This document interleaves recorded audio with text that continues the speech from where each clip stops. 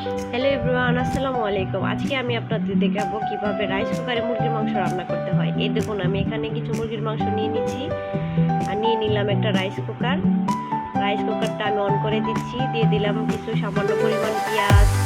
এখন দিয়ে দিব তেল, তারপর একটু গরম হওয়ার জন্য অপেক্ষা করব। তেল পেঁয়াজ একটু গরম হলে তারপর আমি দিয়ে দিব গরম মশলাগুলো, লবঙ্গ, তেজপাতা, এগুলো সব দিয়ে দিলাম। এখন ভালোভাবে নাড়াচাড়া করব, দিয়ে একটু সময় নিতে হবে। আসলে যাদের বাসায় গ্যাস না আছে, ইন্ডাকশন চুলা না আছে, তারা কিন্তু এভাবে রাইস কুকারে মুরগির মাংস রান্না করতে পারে। অনেক সময় আছে গ্যাস থাকে না বাসায়, তখন মেহমান আসলে বা নিজেদের খাওয়ার জন্য চটজলদি এই রান্নাটা করতে পারবে। এই দেখুন, এই তো গরম হয়ে গেছে সব। বাইরে কিন্তু বৃষ্টি হচ্ছে গুড়ি গুড়ি। এই তো পেঁয়াজটা এখন হালকা বাদামি রঙের হয়ে গেছে। এখন আমি দিয়ে দিলাম মরিচ গুঁড়া পরিমাণ মতো। যে যেরকম ঝাল খাবে ওইরকম দিয়ে দিবে। তারপর দিয়ে দিলাম একটু পানি দিলাম যাতে মশলাটা পুড়ে না যায়।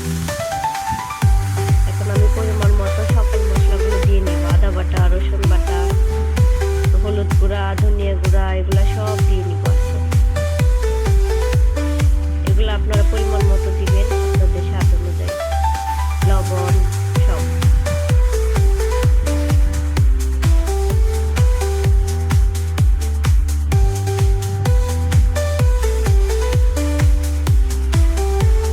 এখন আমি ভালো করে সব মিশিয়ে একটু কষিয়ে নিব।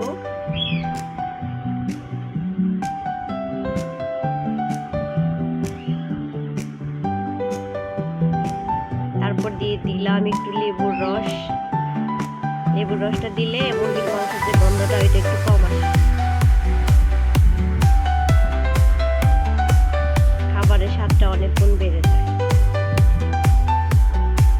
কষানো হয়ে গেছে, এখন আমি দিয়ে দিব মুরগির মাংসগুলা।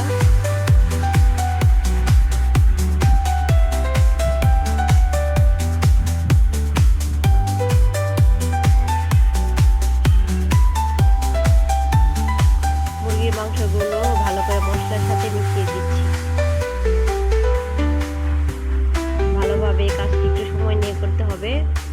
ভালোভাবে মিশিয়ে দিয়ে তারপর কষানোর জন্য ঢাকনা দিয়ে দিব।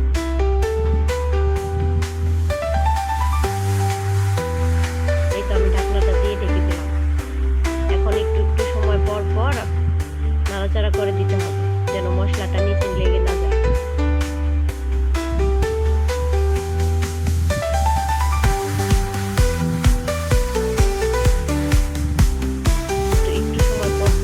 দেখেন মাংসের মধ্যে থেকে অনেক পানি উঠে গেছে।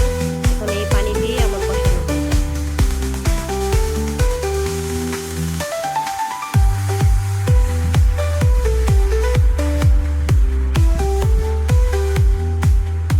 এই তো এখন আমি ঝোল করার জন্য এখন আমি মাংসতে গরম পানি দিয়ে অ্যাড করে দিব।